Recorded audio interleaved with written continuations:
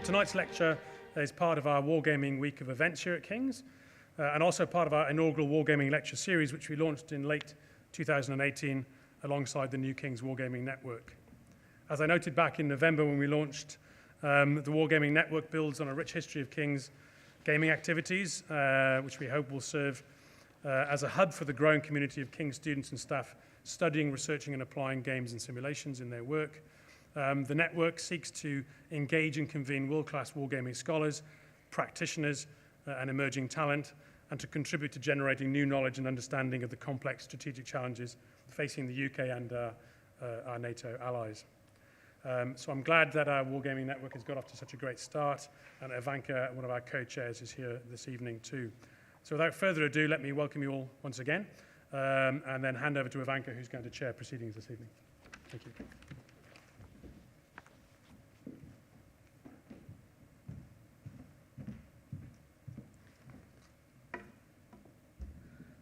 Ladies and gentlemen, on behalf of the King's Wargaming Network, I'm delighted to welcome you to our first Strategic Wargaming Week.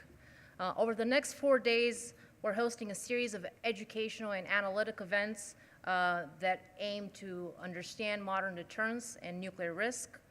These events support the Wargaming Network's core mission, which is advancing wargaming as a method of inquiry, and advancing wargaming as a method for learning and teaching. To kickstart Strategic Wargaming Week, we're pleased to welcome Air Marshal Edward Stringer, the Director General of Joint Force Development and the Defense Academy. He will address the role of wargaming in advancing the UK's analytical tools to address strategic competition and modern deterrence post-Brexit. Ladies and gentlemen, we are at a strategic inflection point. We're in the initial stages of a new strategic period, post-Brexit, post-Cold War, and this strategic inflection point is characterized by high uncertainty alongside technological and political change. We're seeing the return of major power competition, which creates new nuclear risks and new deterrence challenges. And alongside these new challenges, we are faced with the familiar threats posed by regional and non-state actors. We at King's established the Wargaming Network as a reflection of intellectual humility at this strategic inflection point, a recognition that we need improved tools for understanding and addressing modern deterrence and nuclear risks, and other important security challenges in this new strategic era. In Europe, the UK has been leading the way in reinvigorating wargaming to support robust analysis and innovation in the context of this new strategic environment and the challenges facing the UK and its NATO allies. This evening, Air Marshal Stringer will take stock of this progress and identify what more needs to be done. We have suggested that he address 3 sets of questions. First, what new analytical requirements does the changing security environment present to the UK and its allies? What is the value of wargaming as part of the broader analytical toolkit in meeting these requirements? Second, what has the UK done to reinvigorate wargaming as a tool for strategic and operational analysis? And third, how should the current practice of wargaming adapt to meet the new policy requirements? And what could the policy, professional wargaming, and academic communities do to further the utility of wargaming? Ladies and gentlemen, it is my distinct honor to introduce Air Marshal Edward Stringer, who is the Director General of Joint Force Development and the Defense Academy within the Joint Forces Command. In this role, he oversees the conceptual element of the UK's fighting power, which encompasses concepts, doctrine, training, education, exercise, experimentation, lessons learned, and innovation. For those familiar with military terminology, he is de facto the J7 for the UK's military strategic headquarters. He also oversees the Joint Services Command Staff College, where King's Defense Studies Department is located. Previously, Air Marshal Stringer was Assistant Chief of Defense Staff for Operations, essentially the Ministry of Defense's Operation Director, handling issues from UK flood relief to the nuclear deterrent. He has served as Assistant Chief to the Air Staff, where he was responsible for policy interaction with the Ministry of Defense and for the Royal Air Force's board business. Air Marshal Stringer arrived there after seeing the inside of the Pentagon as the UK Chief of Defense Staff's liaison officer and the US Chairman to the US Chairman of the Joint Chiefs. He has served as Commandant of the Air Warfare Center and the head of Royal Air Force Intelligence. He has held operational commands in Libya, Afghanistan, Iraq, and the Balkans. Air Marshal Stringer first saw military action in the Gulf War in 1991 and in the no-fly zone operations that followed. He has served as a Jaguar pilot and a weapons instructor. Ladies and gentlemen, please join me in welcoming Air Marshal Stringer.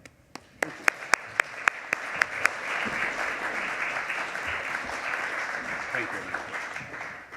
Well, Ivanka, thank you very much indeed for that wonderful welcome. Yeah, that sounds like I've bounced around quite a lot of jobs recently, and that's because I wasn't any good at any of them. That's probably closer to the truth.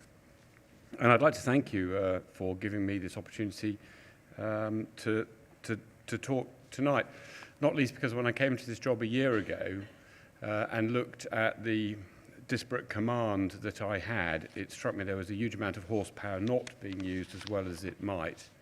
Huge brain power around the whole of the Collective Defence Academy, the Concepts and Doctrine Centre. But I didn't feel we were pulling it all together to a common purpose. And then one of my junior officers at an event in London bumped into the head of Stonewall, and she happened to explain to him how they were using wargaming to test various political outcomes around the world, and therefore how they could position themselves and some of their response options. And I thought, it has come to something where Stonewall is making a habit of wargaming, and the Ministry of Defence has rather got out of it.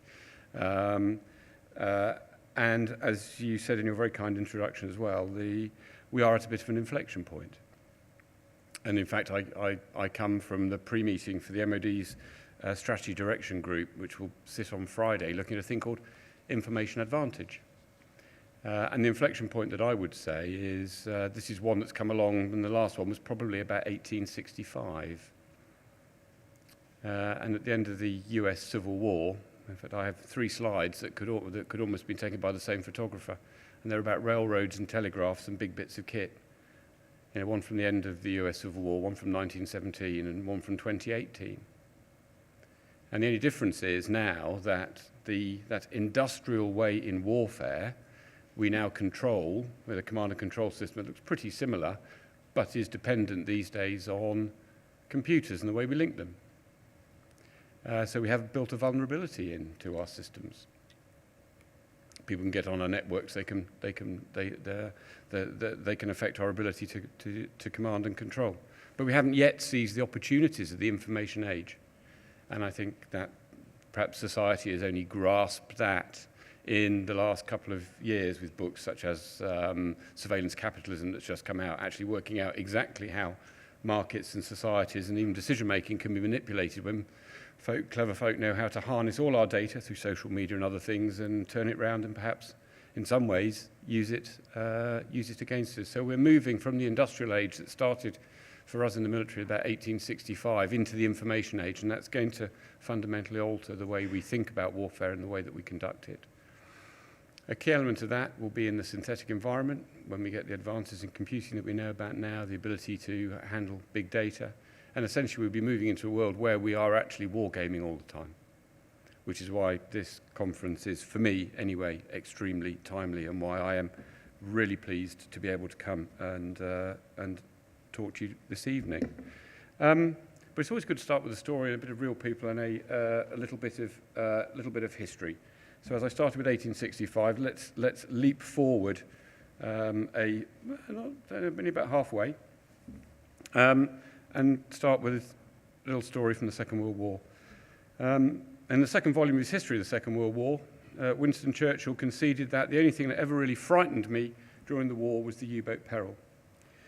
And if you walk along as I have done recently, with some of my other responsibilities, the river frontage of the Mersey in Liverpool today, just opposite the Port of Liverpool building, you can stop and stare at a very lifelike statue of a very remarkable man, Captain Frederick Johnny Walker, CB DSO and 3 bars, a man who actually did work himself so hard in fighting the U-boat that he drove himself to death late 44, just up the coast near Southport. Now, Walker was without doubt a naval hero in the finest traditions of the Royal Navy, and undoubtedly worthy of the recognition and remembrance afforded him today at Liverpool's Pier Head.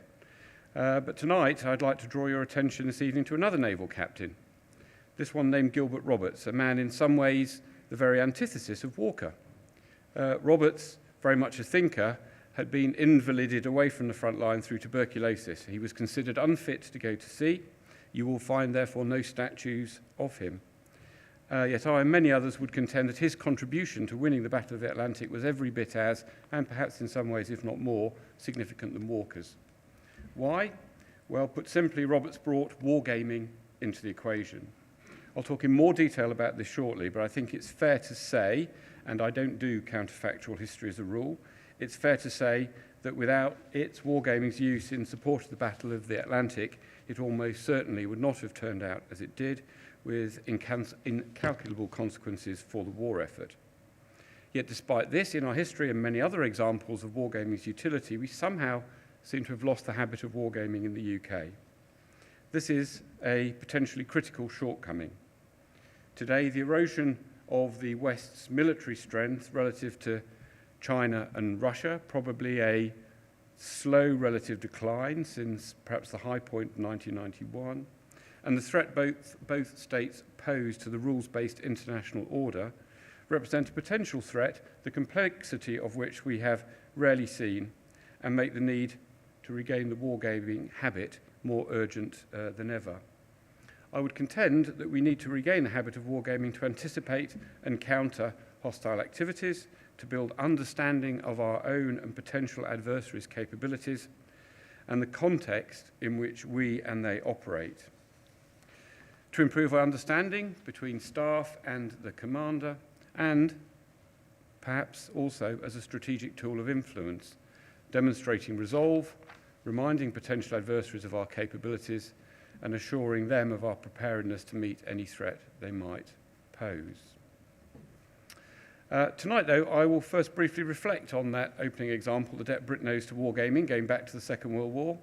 Second, I'll seek to understand why it is we lost the habit of wargaming in the years that followed, before exploring why defence and government more broadly are now seeking to regain the wargaming habit. And we'll then turn to consider the utility offered by wargaming in combination with new technology, as well as exploring the limitations of both. And I hope, Ivanka, I will answer some of your questions if I cover all those points. So back to Gilbert Roberts.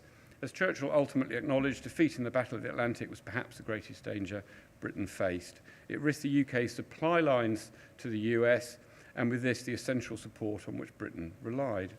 The Royal Navy, struggling as it was in 1942, was open to new ideas, and it established the decidedly unconventional Western Approaches Tactical Unit, commanded by Captain Roberts and based in Derby House, Liverpool, adjacent to the rather better-known Admiral Max Halton's headquarters.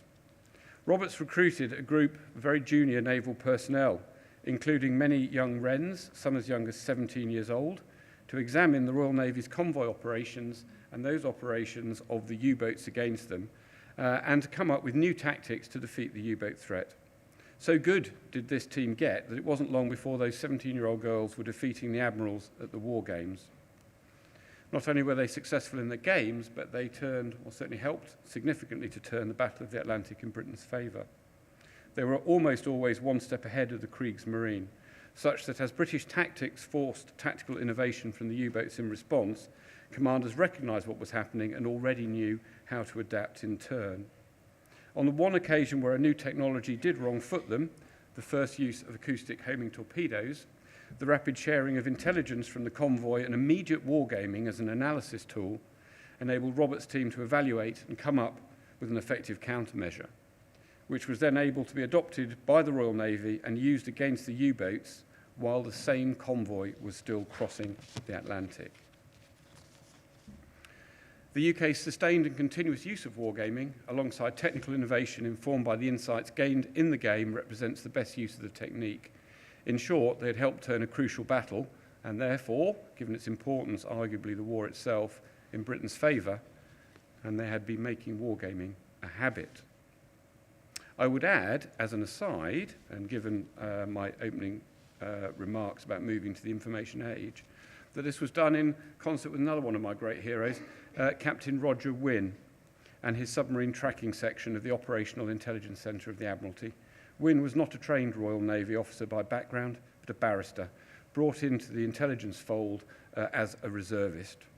I think the only one to enter by that route.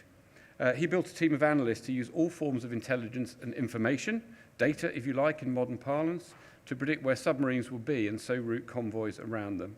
So effective was he in preventing losses that the US Navy Chief Admiral Ernest King, no Anglophile, copied the system. I'm interested in this example as we think about how we use data today, now processed much faster and better by artificial intelligence, and not least, perhaps, in revolutionising the way we think about today's anti-submarine warfare battle. But anyway, digression over and back to Roberts, because it's fair to say that Roberts and his team became a global centre of excellence for wargaming, as demonstrated by the demand for Roberts' service after the war. He went on to assist with wargaming in NATO, NATO headquarters in Canada, in Norway, in Pakistan and elsewhere, and notably in the USA during the Cuban Missile Crisis. Yet even as others sought out Roberts to learn wargaming from his Western Approaches tactical unit and the experience he gained there, the Cold War saw Britain lose the wargaming habit.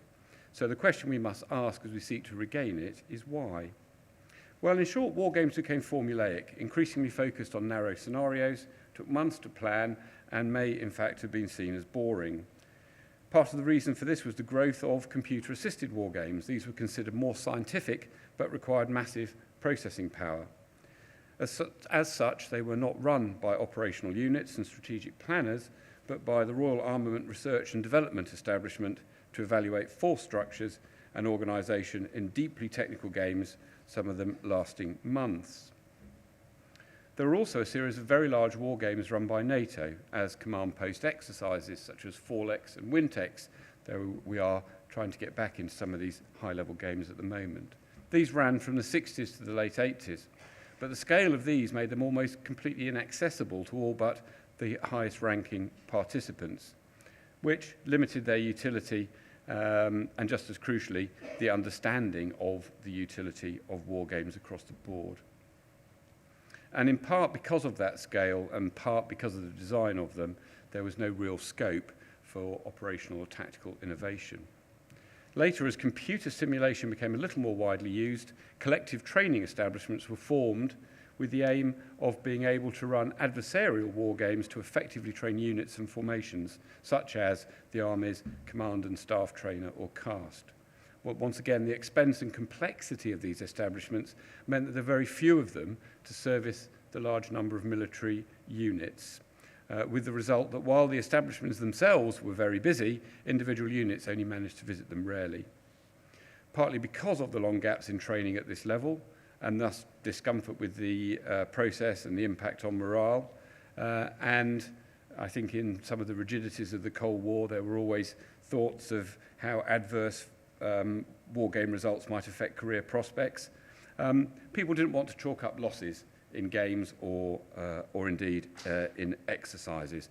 And so these weren't really used in an adversarial and the most challenging modes. Instead, instructors fell back to the easier familiarity of procedural training, something we still wrestle with today and we might want to come back to in Q&A. Additionally, the cost of building terrain and entities for these models, both financially and just the time required, was so enormous and took so much effort that defence was almost always condemned to fighting the last war in them, little room to develop new scenarios to be fought out over new terrain and over perhaps imagined terrain. This period was also, looking more broadly across society, marked by a huge increase in recreational wargaming, either associated with armchair generals with little experience of warfare or teenagers playing Warhammer and Dungeons and Dragons, leading to a significant social stigma against wargaming in the professional military, a community perhaps that likes to define itself in more muscular terms as sporty, outgoing and extrovert. The opposite of the stereotype of the wargamer in the 80s and 90s. Wargaming to this crowd was seen as superfluous and silly, a distraction run by the scientists of DSTL with no real relevance to real-world warfighters. By the 1990s, Britain had largely lost the habit of wargaming. The decade and a half that followed 9/11, spent as it was fighting diffuse, maybe slightly more amorphous counterinsurgencies as part of a coalition, didn't seem to demand wargaming on any scale, discuss, and as a result of this long process of declining practice and prestige, and while wargaming does continue in pockets of excellence across UK defence, it is no longer central, systematic, nor habitual. And just thinking through what's going on in this city today, one wonders how this can be so when wargaming may never have been so high profile in the public discourse. Media reports tell us that wargames are informing Brexit contingency planning. Both Conservative and Labour parties are wargaming decisions over parliamentary business and the politics of EU withdrawal, while the EU is also said in turn to be wargaming its responses and plans. But while wargaming may now be practiced more by politicians than its military inventors, the atrophying of UK military wargaming capabilities has not gone unnoticed, and attempts have been made to address it. Most notably, the publishing of the MOD's Wargaming Handbook by our Defence Concepts and Doctrine Centre in August 2017. Now the Development Concepts and Doctrine Centre, I'm happy to say. So I'm reminded here of Rommel's damning praise of the British military and its doctrine. The British write some of the best doctrine in the world. It is fortunate that their officers do not read it. Others do even today, and I would commend any British officers in the audience to sit down and read it, certainly the better bits of it. What's changed? Well, since the US-led coalition's devastating victory over Iraq's armed forces in 1991, through similar success in Kosovo in 1999, and again in Iraq 2003, our competitors, and one thinks of China and Russia, have been racing to catch up with the West and work out how to blunt what looked like quite a significant advantage. We might easily reference, in this context, the well-documented developments of both China and Russia's anti-access and area denial systems, or note that both countries now operate fifth-generation fighters. But perhaps, more tellingly, we can observe that 229 of the world's most powerful supercomputers are in China, compared with 108 in the US and 85 in the EU, a disequilibrium that continues to tip in China's favour. Or we can note that it was only in 2017 that China announced its intention to be the world leader in artificial intelligence by 2030. It is already well ahead of its own schedule. It has today more AI patents registered annually than the US, and has also surpassed the US in the quantity of AI papers published, and is on track to overtake the US in rankings of the most cited AI papers. So China looks set, or is positioning itself to dominate in the era of machine intelligence. This erosion of Western hegemony, technical hegemony perhaps, is accompanied by a renewed challenge to the rule-based world order. In China, this takes the form of what President Xi called in 2015 magic weapons, described well by China scholar Anne-Marie Brady in her paper of the same name. These magic weapons include manipulating existing systems to use the rule-based order against those who follow both the letter and spirit of international law, and undertaking influence activities to erode the power of its major strategic competitor, the US, and its allies. Russia's more, one might say, blunt force activities need no further rehearsal here. Suffice it to say that strategic competition is once more a serious threat to the national interest, and the UK is no longer assured of the technological edge on which it has relied since the end of the Cold War. Wargaming can help us understand our relative capabilities in such scenarios, to anticipate moves and counter-moves and develop contingency plans to help avoid crises, and to respond rapidly and effectively to them if they do arise or occur. Wargaming can help us ensure we have no crucial capability gaps, that our force is balanced and prepared both technologically and conceptually for the challenges they may face. And in addition, there are few more powerful antidotes to groupthink, and I would argue groupthink was the dominant think in the period of the Cold War. So there are a few more powerful antidotes to groupthink than wargaming. Few better ways to surface assumptions, and few, perhaps no, better way to enable commanders and staff to think about a problem from the perspective of the adversary. Wargaming with partners across Whitehall and with allies can help identify coordination challenges, differences of opinion and perspective, and develop staff understanding and relationships. Vital, as I would argue, a lot of the threats we face, whether you use phrases like grey zone, sub-threshold or hybrid, require a whole-of-government response. And of course, regular, rigorous, routine wargaming puts potential adversaries on notice that you are aware of the threats they might pose, perhaps giving sustained and systemic habitual wargaming a deterrent effect in and of itself. Consequently, the changing strategic context demands the adoption of wargaming as a habit at all levels. So let's look at some of that technology, if you like, the rise of the machines of artificial intelligence. The changing technological landscape suggests new approaches to wargaming may be beneficial too. Chess was perhaps the world's first formalised wargame, beloved of strategists from Richard the Lionheart to Napoleon. And famously, in 1997, IBM's Deep Blue computer beat Garry Kasparov at chess, completing the first grand challenge for computer intelligence, but also, less widely noted, marking the first time a computer had beaten a human in a wargame. In the years that had followed, it was found that a human and computer playing together as a team would consistently beat a computer opponent playing alone. This gave rise to centaur chess and the idea of human-machine teaming, which the US and indeed our own current doctrine argues for. Yet last year, the Israeli historian Yuval Noah Harari observed in Science magazine that the human and the machine no longer consistently beats the machine. The rise of machine prowess in wargaming has since passed two other major milestones.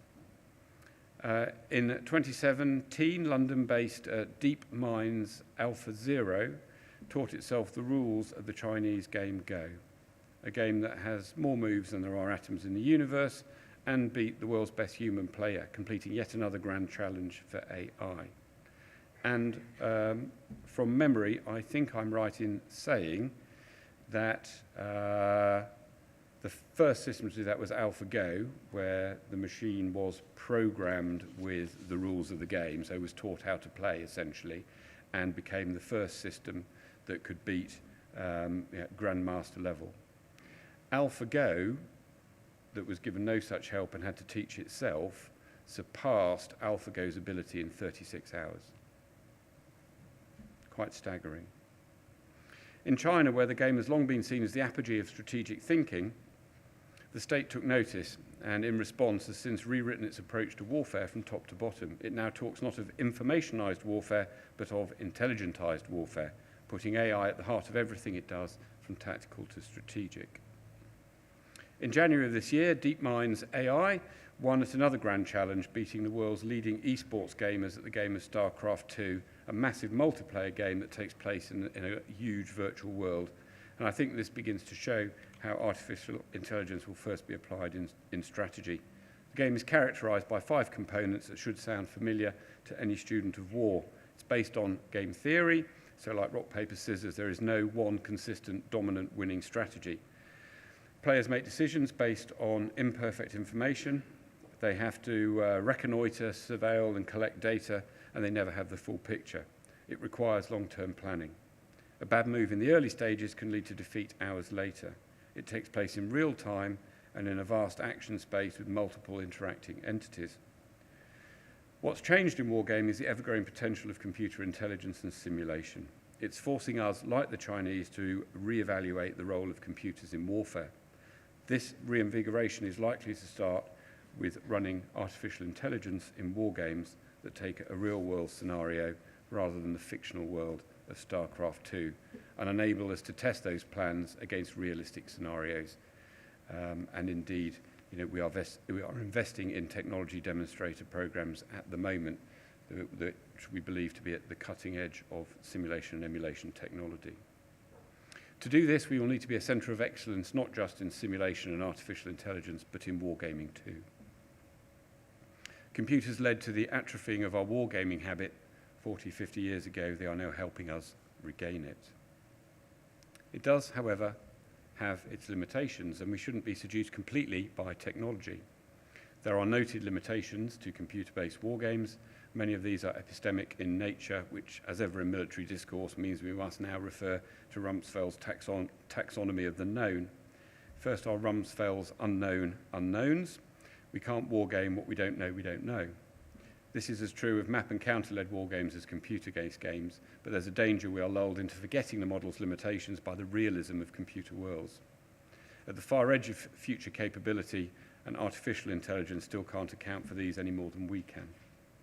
Second are the known unknowns, the things we do not know and so make assumptions to cover for, and these assumptions have often been flawed in warfare.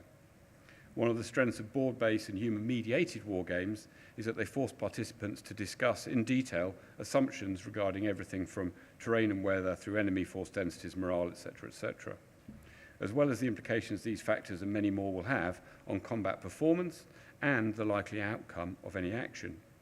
Computerized wargames risk hiding these assumptions or minimizing their discussion. We must ensure that this is not the case, as they are very valid outputs. The insights you get from those very valid outputs to wargaming. Third, we need to remember that just as with the mental models on which commanders would historically base their plans, all models are likely flawed, and not just because there are things we don't know and things we don't know, but also because of emergent complexity. Emergent complexity, better known as chaos theory, and exemplified perhaps most famously in the notional flap of Lorenz's butterfly wings.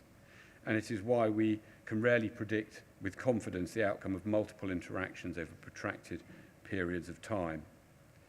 It will be usually useful to be able to rerun a wargame at computer speeds, enabling a Monte Carlo simulation to present a probability distribution of likely outcomes. But we must remember that this distribution is dependent on the interacting decisions of commanders of each side in the wargame and may have been dramatically different with only minor variations in those decisions. But if we can move to the sort of technology we're investing in at the moment, then the ability to run lots of wargames very quickly should allow us to change variables and see just how sensitive certain options are to certain variables.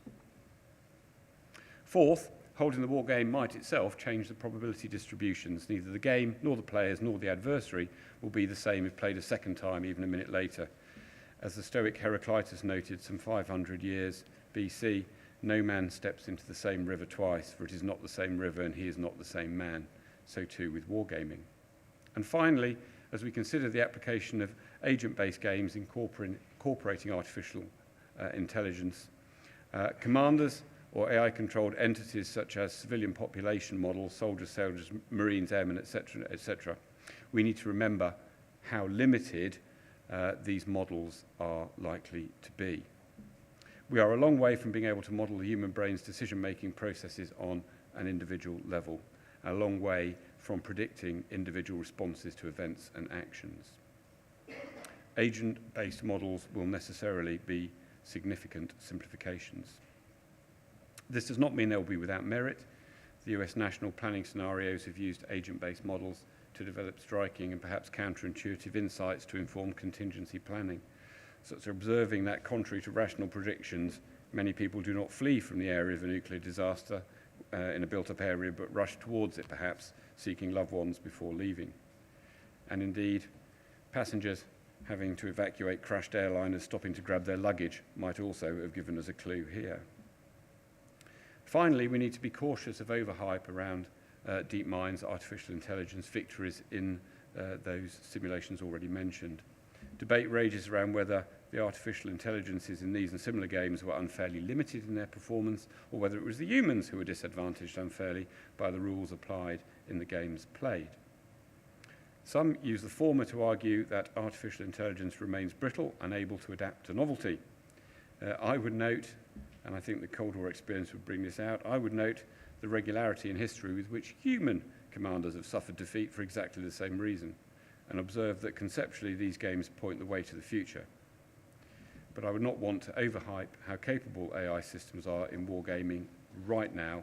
They offer utility, not omniscience, but we absolutely have to invest and we have to do some experimentation.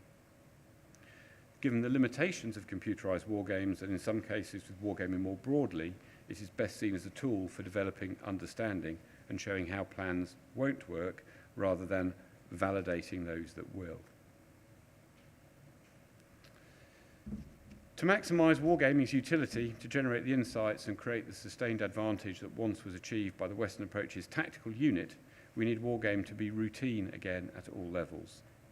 This suggests our first actions must seek to increase the number of personnel qualified to teach and lead wargames. Second, we need to broaden the understanding of wargaming's utility. And third, we will need to rely on simple games that minimise the need for technology if we are to roll wargaming out at the scale and with the speed to meet this suggested demand. To gain the advantages offered by developments in computer science at scale, we'll need to minimise the processing power required to use computer-based wargames. This is likely to mean using cloud-based systems that can be accessed securely anywhere, and that is something we're driving to at the moment. We need computerized wargames to harvest the data from gains systematically and scientifically while minimizing constraints on human creativity.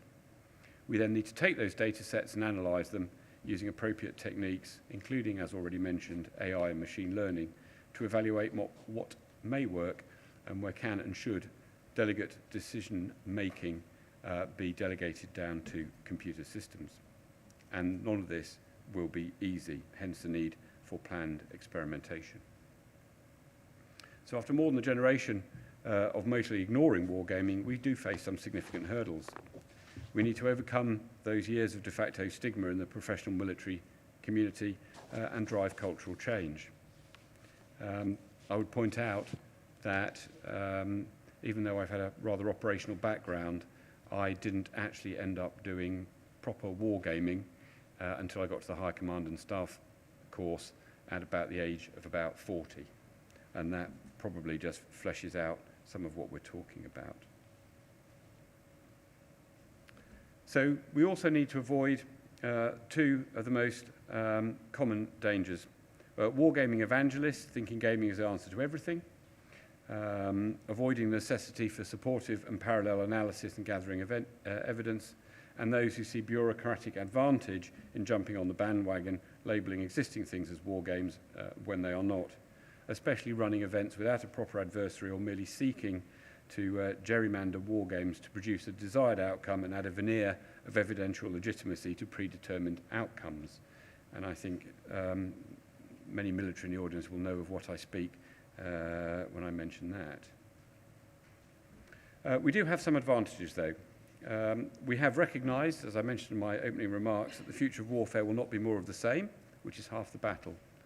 We have a dedicated wargaming department in DSTL, Defence Science and Technology Laboratories, which has recently doubled in size to ensure the analysis and scientific basis of wargaming is properly supported. We are rewriting our force development processes to ensure future force designs are more rigorously tested and that procurement decisions are more clearly underpinned by evidence. We are reinvigorating the conceptual component of warfighting through, as already mentioned, the development concepts of Doctrine Centre and joint warfare within joint force development.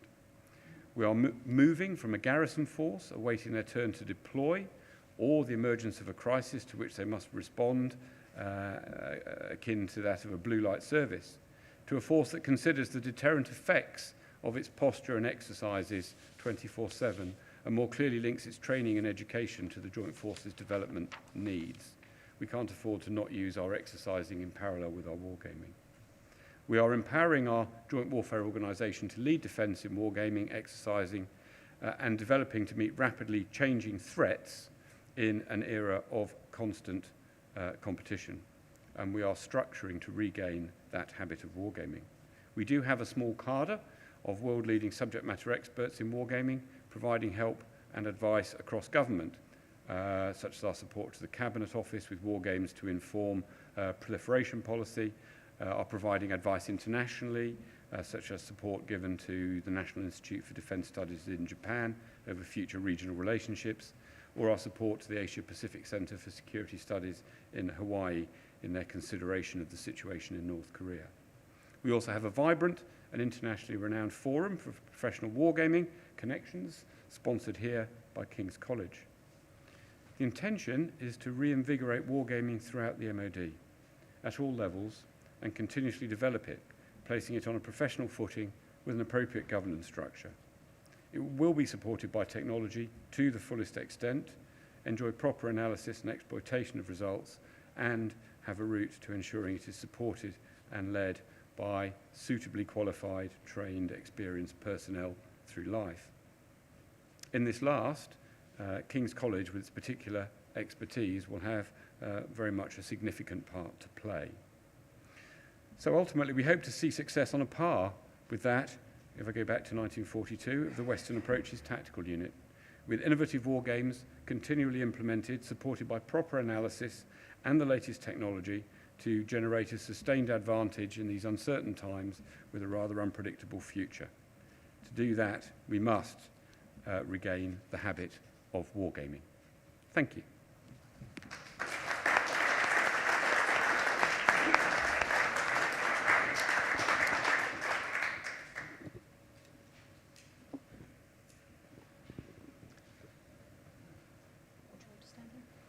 Ladies and gentlemen, we'll take questions at this point. The question and answer session is on the record.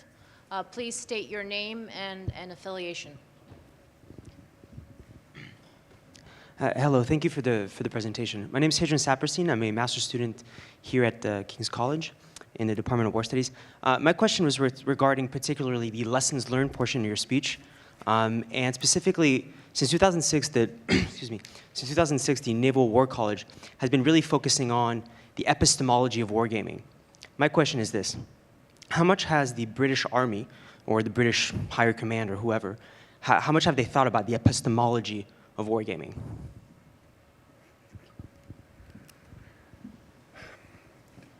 Are you talking about, in knowledge sense, what actually goes into it and the validity of the data? Very much, especially in that synthetic environment. And I think the corollary of what I've spoken about, if wargaming is going to be useful, is you need to validate and verify. So those involved in synthetics development, for example, will know V&V, validation and verification. I think the other element of your question, as it occurs to me, I talked about with the sensitivity analysis, i.e., to what extent is it sensitive to the quality of which data, evidence, knowledge that goes in the first place. In the centres of excellence I've spoken about, DSTL and others, they will absolutely think about that. I think were you to pose the question, and you talked about the services, I think only those who have made a habit of wargaming will have really thought through all the implications and the utility of it, which is why, as I say, I genuinely welcome the opportunity to come and speak tonight, because we will be introducing wargaming through the Defence Academy, where we get something like 1,500 officers every year. And if they all get introduced in at the lowest level to even quite simple wargaming, then the considerations that you've raised, i.e., very simply rubbish in, rubbish out, is the sort of consideration that will become more sophisticated as they go through their careers. I think at the moment, you would struggle to find many people who had more than a simple idea of process, how the game is conducted, and maybe not the ability to evaluate the results from first principles themselves, and will rely on, and there are some in the audience tonight, experts from places like DSTL. Does that answer your question? Gentleman in the back, and we'll take a second question up front as well. Hello, Alistair Green, former graduate of the History of War course here. My question for you, sir, is how significant do you think the adoption of wargaming within the military's reserves could be in bridging the gap in capability and conceptual understanding? Well, I think you're pushing several of my buttons here, and I've got some of my old intelligence officers in the audience, see if you can spot them. On one of those operations mentioned, I very deliberately took a mixture of regular and reservist intelligence officers out with me. Because at that level of command, relatively junior, squadron command, with the odd here tonight exception of genuine brilliance, most succumb to groupthink, most very junior intelligence officers. They'd only just been trained, they had maybe half a tour of experience. And so I took with me an ex-SAS TA postman from Norwich and a Cambridge history don, and an Air Force flight lieutenant trained in exactly what an intelligence officer should do. Three of them together were fantastic. And I referred, in the speech I mentioned Roger Wynne.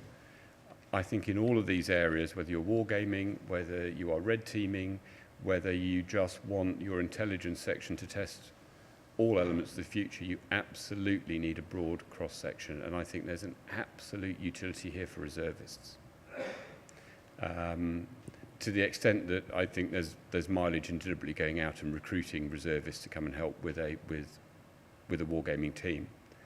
And I would add, I think probably what went wrong in the Cold War, it was such a period of notional certainty that the thinking across all services ossified. One's ability to do tactical mission excellence is what generated career progression, and questioning of that was probably unwelcome. We're absolutely not in that period now. We do have, across the services, a huge number of reservists in intelligence organisations. Those are the sort of organisations that tend to be interested and support your wargaming, and I am absolutely a great fan of that. So more of it, please. I think there was one here and then one at the back.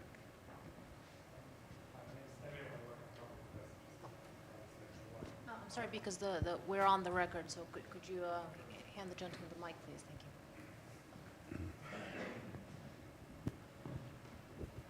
Hello. Hi. Yes, my name is Emil. I work in public affairs. I was very interested in a bit when you discussed AlphaGo and Weiqi/Go. Are there any publications or public documentation you'd recommend in regards to when China switched its doctrine on the back of AlphaGo's victory? Or can you go into a bit more detail on that particular aspect of your lecture? Thank you. I could if you come afterwards, and I know there are several people in the audience who've absolutely gone and studied this beyond the elements cited. I think it's a progression. We've seen the Made in China 25 policy. We then had the stated ambition to lead in artificial intelligence, and then the wake-up call, if you like, of what artificial intelligence could do. And I think, to me, still interesting that there was such an element of culture and pride in this decision-making. And I would, though I don't set myself up as an expert in artificial intelligence, while talking to some people who were, I did ask whether there was a difference between cultures when it came to programming. So does Chinese, if you like, coded artificial intelligence give you different answers to UK coded? Now the answer is yes. I find that fascinating, and that's something else that we really must explore. So I think a quick Google search would probably put you into various of the academic papers. But if you come up afterwards, I'll introduce you to some of the folk who've actually done the study and can probably have got a better knowledge of me of where the real academic papers lie. There are just a few rows behind you. So we had a question in the back. Yeah, hi. Will Fowen, British Army Red Teamer and Force Development Contractor. Processes and procedures-wise, how do you stop war games being used to give a frisson of evidence to bad ideas? In other words, to validate things in terms of safeguarding rigor and the actual evidence behind what comes out of a war game? No, thank you. I think there are probably two strands to my answer. The first is not to do with wargaming, it's to do with force development. And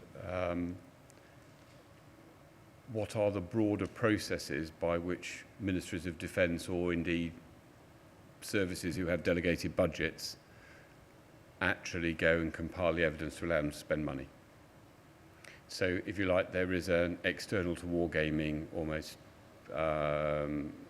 compliance and accounting methodology for making sure that whenever you check anybody's investments, you check exactly what's gone behind it. And now, I'm sure what you're referring to are some of the quite simplified war games, such as the SAG scenarios that, over the years, that took force structures already agreed on and largely already with committed funding, ran quick scenarios to prove that they still worked, which is as far from where we need to be as you can get.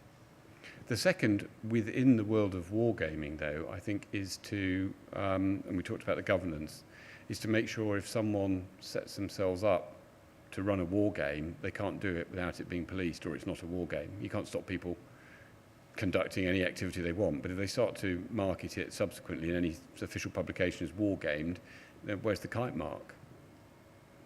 And I think we have a fair bit to learn here from the US, where their war games are kite marked, badged, and put into the collective data bank, which is something we haven't yet established in the UK, but need to do quite quickly. So, in other words, there's an element, I suppose, in that, and I'll shut up on this, of adopting the academic rigor. And if you publish a paper, is it being peer reviewed, and is it accepted such that it forms part of the official canon of knowledge in that subject? And I say the Americans are better at this, and that they run more war games, and then they put the findings into that semi-public domain where everybody can test and check and validate them. We need to get much closer to a governance structure that does the same. So we'll take the next question here in the front, and can we also take the second question here, gentlemen, on the front as well?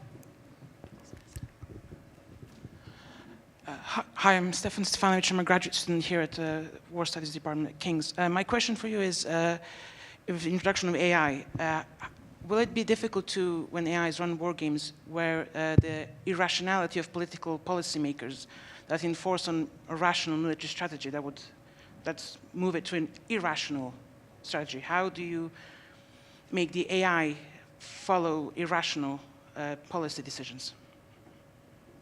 Thank you. Thank you. Did you want to say? Can we take a second question as well? Please. Hi, my name is Mansuk Lee. I'm from South Korea. Currently, I'm working in South Korean Department of Defense as an active Army captain, Army major. I have went through some wargaming events and collected data from the event, and from your lecture, I assume that you may get some data from the games played by Anglo-Saxon people, mostly white people, and UK and the United States, mostly nuclear superpowers. But my concern is that people in China, people in Japan, people in somewhere else states which don't have nuclear weapons maybe have different mentality compared to the Anglo-Saxon people. So can you, do you think your result and your data from the war game have some biases and maybe cannot be generally applicable to other regions? But how can you imagine your future strategy for China, or other countries? Thank you. Well, thank you very much for both questions. Congratulations on your promotion. Which order to take them in? They're very related questions, actually, aren't they? They refer to what might be considered from a particular perspective to be counterintuitive inputs. And that one very particular perspective you're both suggesting, one directly, one indirectly, is the military mind, seeing a political input as irrational or not understanding a cultural diversity. I think they are both very good points, and I have ummed and ahed, especially about the first one, ever since reading Armadillo by William Boyd. There's an element here we could go into science fiction and its utility in thinking about futures. Though not a science fiction book, I don't know when Armadillo was published, I'm thinking it was late 90s. But there's a strain on artificial intelligence, which is obviously an emerging topic then, and had particularly grabbed that author's mind. And he said, artificial intelligence, everybody's trying to create something terribly logical, but what makes humans interesting and really sometimes terribly creative is their ability to do something that's totally irrational, doesn't seem to make sense, but in some ways can be quite beautiful or perhaps quite brilliant. And that struck with me. And not everything I've written in a novel over the last 20 years has stuck with me, but that has. And I think it's very relevant in this context because every single military campaign I can think of, we won't do a test here because you'll come up with one and I'll fail, has a political military argument in it. You know, whether it's the military couldn't understand why Margaret Thatcher wanted us to take Goose Green in the Falklands, it wasn't on the main line of advance. Well, actually, there are very good political reasons for it. And artificial intelligence itself, once again, I don't claim to be an expert, you know, is not above producing things that we don't understand. Is it move 8 or move 5 or whatever, those who know about this in there? I think it was chess, wasn't it? Move 8 did something that absolutely no one could understand, but 20 moves down the line absolutely demonstrated a far-sightedness that had never been seen before. So move 8 is now used, I think, by artificial intelligence experts to describe that strange event that you don't expect. So I think there are two sides to that coin. I think artificial intelligence, if you're right, can still show us things that we didn't think about that may be counterintuitive to us but are right. And I would go back to the very good question right at the start, the epistemology of all of this. We need to think through how we program and use to make sure that the random is in there as well. I very much like the question on cultural elements to it, and I hope I addressed that. I hope I gave you some idea that I'm in this talk that I'm absolutely alive to unwitting bias. You know, we all should be in every element of our lives. That's why I mentioned the question I had on, you know, does the language in which you program artificial intelligence and the culture from which you come affect the way it works? And it does. And that's why I said we really need to investigate this. It's very interesting. Yes, in the wargaming itself, having a red, a blue, and a green team who are all military guys of the same rank, same background, and guys, is probably going to skew things. And I was always struck by, when I was as mentioned, I did a few months, nearly a year in the Pentagon and the British Embassy, by a company called Wikistrat, that was one of the first to use the ability to do wargaming at speed if you used the net and the speed of computer-assisted gaming.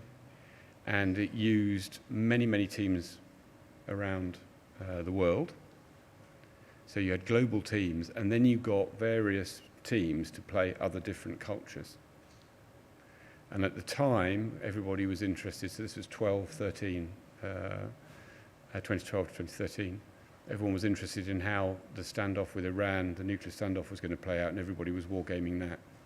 And what I found really interesting was that regardless of how they played the game and many of the variables they changed, and regardless of who played the players and how well or how badly, certain outcomes always trended.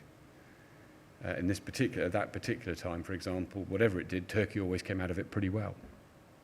Everything everyone else did enhanced Turkey's power. That then, to me, is an insight or something that you could use. At that time, and with the inputs, Israel didn't have many cards to play. One could therefore argue, given where we are now 8 years later, it played those cards pretty well. It could either do very badly or come out neutral. So, if I could link to the first answer, I think there is a lot to be thought through in how you structure the games. I'm very alive to the very valid points you both made. But I think you can structure games to take those factors into account. We have a gentleman in the back, and can we take the second question right over there? Good evening. Tarek York from the Cabinet Office. Sir, thank you very much for a very interesting talk and some very thoughtful answers to very good questions. Following on from those, I suppose I have two. Firstly, when you talk about war games, is it just what I assume to be the standard approach of what a war game looks like, a war game is. You have some sort of a mat, you have counters representing pieces, and you have an approach to dealing with that, or does it go further than that? Does it include other types of games? Does it look at things such as interactive fiction, role-playing games, other types of board games, card games, simulations? And the question then is, how far does it go to reflect reality? How far does it go to actually addressing the key issue you want to learn? And to follow up that, how do you deal with assurance over this? You've mentioned dealing with biases, such as cognitive biases, other types. Uncertainty, how do you actually tie that into a game? But perhaps, how do you actually deal with actually getting the right kind of information? From the intelligence world, the equivalent of wargaming there is usually red teaming. And that has a host of issues of, thinking like the enemy or thinking as the enemy. How do you actually work that in, and do you always need to do that? Thank you. Good evening, sir. Clem Barber, I'm a captain in the Army Air Corps. You mentioned the increase in computing power in assisting with wargaming, and now that we can run almost an infinite number of permutations for any given situation, do you think there's a greater utility in wargaming in actually working out what the optimum start conditions are for any given scenario, and therefore strategy can be based on achieving those start points, as they can be rather agnostic of adversary action? Thank you. Yeah, I'll take both those. Both very good questions. Thank you. There's a great variety of war games. As I said, I'd very much like to introduce them and will introduce them across the Defence Academy at various levels. You can start off with a very simple rock drill, if that means something. I think you have introduced what everybody's classic view of a war game is, which is the counters, the boards, the moves, the counter moves, the this, that, and the other. But if you remember what I spoke about with only a partial, it actually goes back to Western approaches tactical unit, only having a partial sight of what is going on, then absolutely you can move beyond, if you like, board and counter-based games with probability theories and turns and all the other bits and pieces. And certainly the computer-based elements, I think, allows you to configure in any way that you wish. And so you get to the end where, you get to the point, where your wargaming and your exercising comes together. So if you put 4,000 people on Senelaga plains, we used to do with the Allied rapid reaction corps, and they are testing new concepts. Is that a wargaming? Is that just an exercise? It certainly doesn't involve a board. It does involve a white force somewhere coming up with decisions, and it will involve a red team. Is it important, do you follow on, that the red team work is done, or we even think through? You might want to put some strange responses in to test people in certain, in different ways. And I wrestle with this daily, where I have a couple of two-star officers, one who runs the exercises and one who owns the headquarters. Both of whom think they own the exercise. It's amazing how we talk about cultural diversity. By golly, you should see it between the Army and the Air Force sometimes. And so, there's the struggle between the commander wants to use the exercise to train his force, and the exercise owner wants to use the exercise to experiment and put the commander under stress. Both of those would run the game very differently. So I think there are no real answers that are, well, no, there are lots of answers, but there are no absolute answers. And I think as we regain the habit of wargaming, what we need to do is guide people to be able to structure exercises such that the answers they get out, we can be as confident as possible while having done some assessment of what the boundaries, the margins of error are around that. Accepting, as I said in my talk, nothing's ever perfect. And so your assurance element is something we absolutely wrestle with when we go into synthetic environment.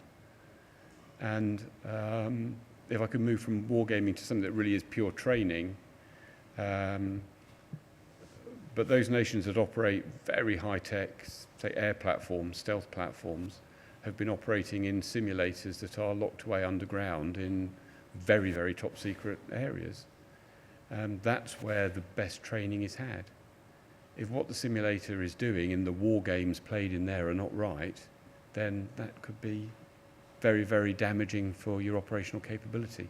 They have certain ways of validating it, and then there are ways of using the real world to as best you can. On the few times you can do some very expensive live flying training to validate what you found in the simulator.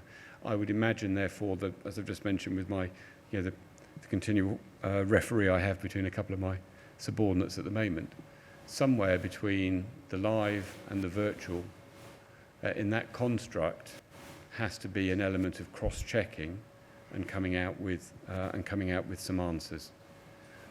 And as for do we war game other than, if you like, once you cross the start line? Yes, absolutely. And in the preceding remarks, when we've talked about inflection points and the nature of the world today, I just want to make it clear that we're trying to use wargaming to avoid conflict.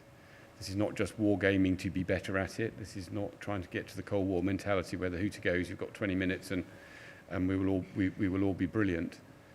Here I raise Israel again, who, well, my understanding, once again, it's imperfect, but will regularly war game how to de-escalate. And some measures, as we've seen as we look across the rather competitive world we live in at the moment, where the line escalate to de-escalate has now become quite well worn. But we certainly want to use wargaming in a supporter of our deterrent posture. And part of that surely is, as you've outlined, proving and working out how you would get to a point where the calculation of the opposition would be you have achieved such a point of advantage at the start that it's not in their interest to trigger a conflict. And that's why in the speech we also mentioned using wargaming and how you might publish the results of it to bolster your position in a deterrence sense. So we'll take two questions, one up front here and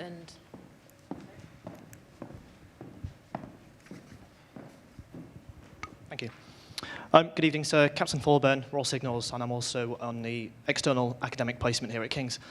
3 questions that all effectively link into each other. The first one is, how far down the command levels do you, or would you like to see wargaming conducted? And then with that in mind, how do you reconcile some of the problems that are faced by commanders to meet collective training objectives with relatively short spans of time to train and access to training areas? And then with both of those 2 questions in mind, what do you need from your junior officers, SO3s, SO2s, to help you in this grand endeavour? Thank you. I gave what was probably a far too serious talk to the Intermediate Command and Staff Course Land around Armistice Day. I think they probably wanted a few after-dinner jokes, but one of the things I'd found out the average age of the course, and this is major level mostly, was about 3 years younger than Macron had become President of France or George Osborne had become Chancellor of the Exchequer. And given that's probably the first exposure of anybody to wargame, it strikes me as it's too late. So I think it's not just a matter of command levels. I think there is a need to inculcate the understanding of wargame at a much earlier level. Of course, that's not necessarily the command level, but given where junior officers might spend their first time, at staff is probably brigade level, then we definitely need to reimagine the culture at that level. The availability of areas to exercise. If you get the wargaming right, then it's amazing how cheap it can be. I was always struck, I'm a big fan of technology demonstrator programs because it strikes me that when people don't believe there's a contract to be had at the end of it, they do really imaginative things with not a lot of money. And it was actually the Air Force that came up with a thing called the Air Battle Space Training Centre in a windy hangar in easternmost Lincolnshire. And I went there in January. There are fewer places colder. And it has been adapted to represent elements of a command environment in Helmand in the height of summer. You would therefore immediately think this would never work. And indeed, no doubt there'd been a contract in the offing. Someone would have invested in heaters and sand and all sorts of things to try and make it feel like the environment. because the elements presented to the decision makers in this environment were so realistic, everybody got absolutely immersed in it. And I suppose this is a bit of an answer to the verification question that came back. When some of those brigades then came out of some of the most hard-fought fighting in 2010, remember Panchar Palang, I think was the operation. It was Tim Radford's brigade at the time. Part of their after-action reports from that awful period in Helmand then was the worst day in Helmand was just like the end of the exercise Mountain Dragon in that hangar in Lincolnshire. And I came away thinking we need to be doing a heck of a lot more of this, because this was just a technology demonstrator program, almost knocked up with bits of 4x2 and some laptops and screens and other things that were representative of what you might see on a laptop in a brigade headquarters or even at a forward observation post. So I think when you say, do we have the resources to train, we could be a lot more imaginative in how we do the training. And I could give you 2 or 3 more examples. Very briefly, when we put some rather advanced technology on the Jaguar and I was flying it, luckily we were approached by a video gaming company that just wanted to pluck our IPR, if you like, because we knew how this high-tech system represented in the cockpit, and they were producing a game called Eurofighter 2000. So that tells you how long ago that was. And so we told them how all this worked and the functionality, and they put it in the computer game. And we said, well, what we'd like back is we'd like you to take this computer thing and just give us a system so we can train pilots. That cost £5,000 per system. It cost £10,000 an hour to fly a Jaguar. So if you used it once and threw it away, you were saving 50% of the cost of flying. And pilots could just go on this thing, because there weren't not much training to be had, so back to your point about scarce resources. And they could just go and do almost like a video game, but 10, 20 minutes to keep the piano fingers going as you played with all these new extra buttons and switches and what have you. £5,000. The normal route, which until the games company came along, the normal route to procurement was going to look at the full swept-up flight simulator for the Jaguar, and the company was going to charge us millions of pounds and take about 18 months to upgrade the software in that. So I'm all for innovation and imaginative solutions, and I'll be persuaded against it, but I think if we get back into the culture of wargaming, we work with things like the games industry, we are doing on this technology demonstrator program, and you use the cloud to be able to run your sort of off-site processing for all of this, I think you'd be surprised how easily, cheaply, and effectively you can introduce wargaming at all levels. It's quite a strident answer.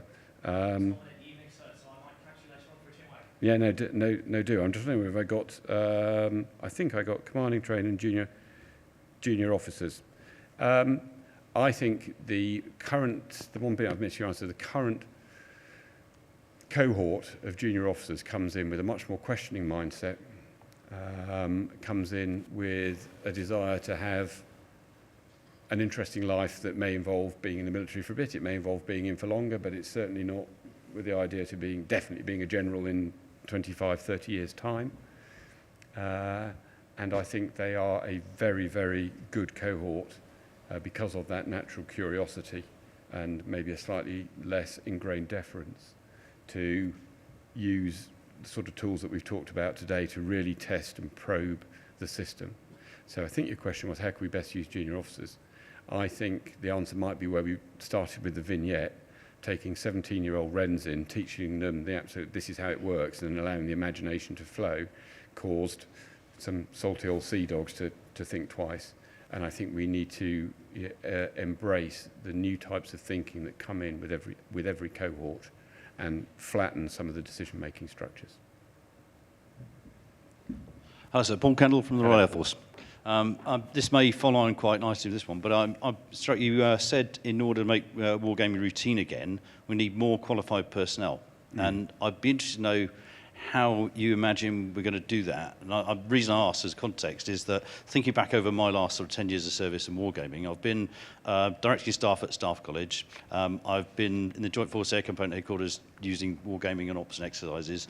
I've participated in the Title 10 war games that you referred to in the US. I've even done a wiki strat, but I've never yet met a wargaming instructor. No, because like many of the competencies in, let's just stick with your and my service, you've probably met some fantastic space experts as well. Do you know where our space school is either? No, because in certain areas where we need the competence, we either grow it in on-the-job training, which is where you got all yours, and I recognise your experience. And the idea through all of this is it gives us, it's part of the British national disease, isn't it, in some ways? You know, we, all our best automotive engineers go overseas, apart from the ones, so we build about 20 Formula One cars in the M40 corridor, but we don't have Toyota. Yeah, so, same with hi-fi. So we have some real experts in the country, but we don't take a systemic approach. So if I am going to achieve my ambition across the Defence Academy of making sure everybody who comes in to do a course does some wargaming at whatever level, then we are going to have to generate the course. And it's one of the things that Defence Academy does. Through which faculty at the moment, I don't know. I've got several that I could use. But if the governance structure that I mentioned earlier is going to accredit war games, then in that awful military MOD parlance, SQEP, suitably qualified and experienced personnel, then we're going to have people who can accredit the war games. And how do you accredit them? And you can only do it through the ways we do in those things that traditionally we do value, aircrew or what have you, very, very swept up training systems and systems of accreditation. So we know how to do that. We just have to pull the relevant expertise into the same little area and make it so. Hi, Max Valentine, Business Strategies. We've talked about AlphaGo. It's very much based on data in, output out. But we're very much on the cusp of quantum computers at the moment, which may see, output in require data out. I'm just wondering how that's going to affect on war games training. I know enough about quantum computing to know I'm immediately in the Rumsfeld world here. So I'm going to own up to a huge number of known unknowns. But a couple of recent visits down to people who really do know about this, I ended up coming away with my mind more blown by quantum crypto and other bits and pieces that I can't give you a definitive answer. What I believe I know about quantum computing is you have to make sure you ask it the right questions. This is not just supercomputers cheaper or using low technology semiconductors, blah, blah, blah, blah, blah. The way they work and process data is fundamentally different, and at the moment offers itself up to a certain type of problem solving. Things don't have to be linear. Now, I've got a feeling you probably know more about quantum computing than I do. My sense, though, is that as this becomes more mainstream, and as I believe what it is good is at finding patterns and sorting through realms of data, what I talked about in our use of, if we move to a policy in defence based around information advantage and data, where data is an asset to be stored and cherished and sought out and used, and therefore data from games both takes from that pool and contributes to it, then we are going to need to think through, as opposed to data is just a cost, which certainly in my early years in the service, every 6 months go into the registry and shred some files because they're taking up far too much space.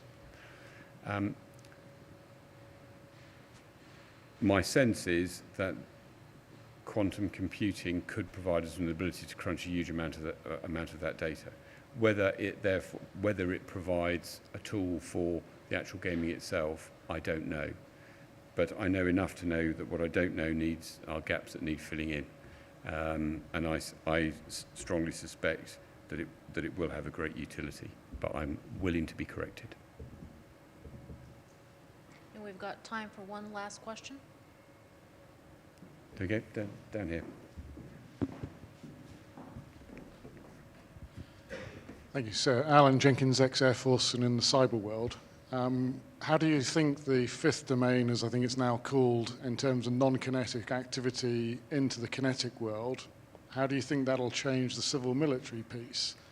Because I'm kind of thinking that the politicians' piece outside of the military, who ultimately make the decisions, they're short-term thinking, not long-term thinking, and your doctrine is going to more long-term thinking, to influence force development. I think those are going in opposite directions. How do we model that?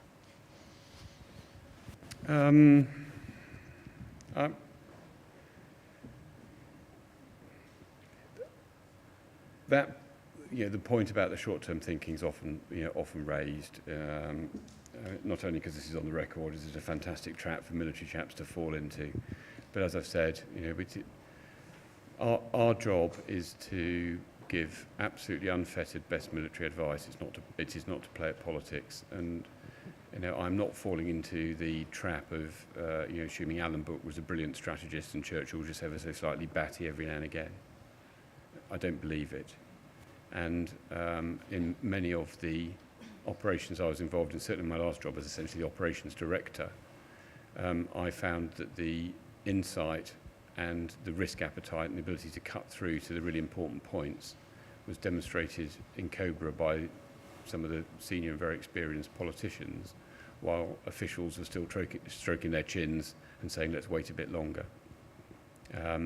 So I'm not sure I'd accept that it's as binary as you put across.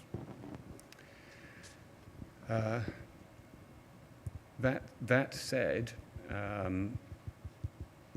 it is quite striking that the Chinese could set out on a particular political direction in '78, and '78 through '82, Deng Xiaoping and what have you has by and large been followed. But there are pitfalls in that as well. If you're on the wrong direction, that's equally harmful. And I think that the history of democratic accountability, bear in mind where we are and the day we're talking here, by and large has done us quite well. And therefore, we are in the business of trying to protect the rule-based international order. It does seem to look after its citizens better than most other ways of government. The cyber element you mentioned, once again, I'm sorry to come across as negative, but I think that's a little bit of a false distinction.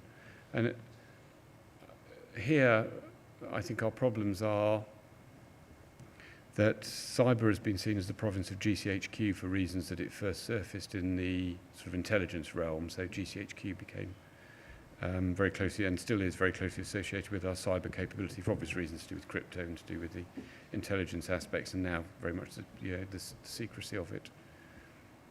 But we're already seeing it branch out, aren't we? I mean, the National Cybersecurity Centre down at Victoria is a lot more open as a structure.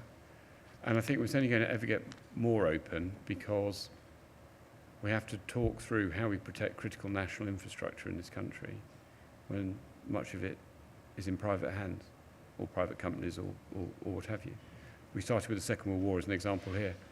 It strikes me that questions then were easier because the physical protection of geographic boundaries absolutely fell to the services. In three-dimensional sovereign territory is policed by the three armed services, and actually there weren't many ways then to break into that and do harm to another state across that political boundary without some form of mechanical intrusion, which was clearly an act of war.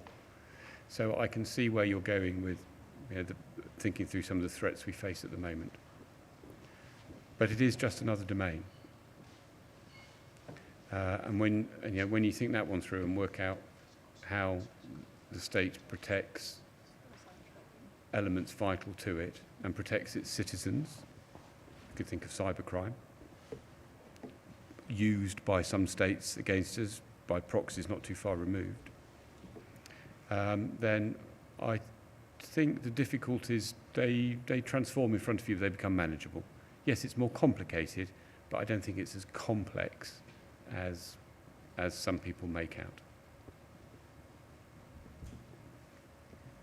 Ladies and gentlemen, thank you for joining us this evening. Welcome again to Strategic Wargaming Week. We hope to see you at our events later this week, and please join us for a reception at the Philosophy Bar.